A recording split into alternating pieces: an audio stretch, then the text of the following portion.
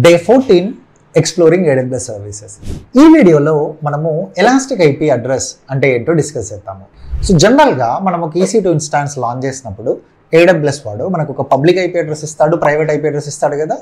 ఈ instance stop చేసి start చేసినప్పుడు మనకి ఈ పబ్లిక్ ఐపీ అడ్రస్ అనేది కాన్స్టాంట్గా చేంజ్ అవుతూ ఉంటుంది. ఈ పబ్లిక్ ఐపీ అడ్రస్ అనేది మనకి ఫిక్స్డ్గా కావాలి అని చెప్పానంటే మనం ఒక ఎలాస్టిక్ ఐపీ అడ్రస్ క్రియేట్ చేసి మన EC2 ఇన్స్టాన్స్కి అలొకేట్ చేస్తే మన ఇన్స్టాన్స్ని స్టాప్ చేసినా స్టార్ట్ చేసినా ఆ ఐపీ అడ్రస్ అనేది ఫిక్స్డ్గా మనకి EC2 ఇన్స్టాన్స్కి అటాచ్ అయి ఉంటుంది. అయితే ఇదివరకు AWS వాడు ఎలాస్టిక్ ఐపీ అడ్రస్ని ఫ్రీగా ఇచ్చేవాడు.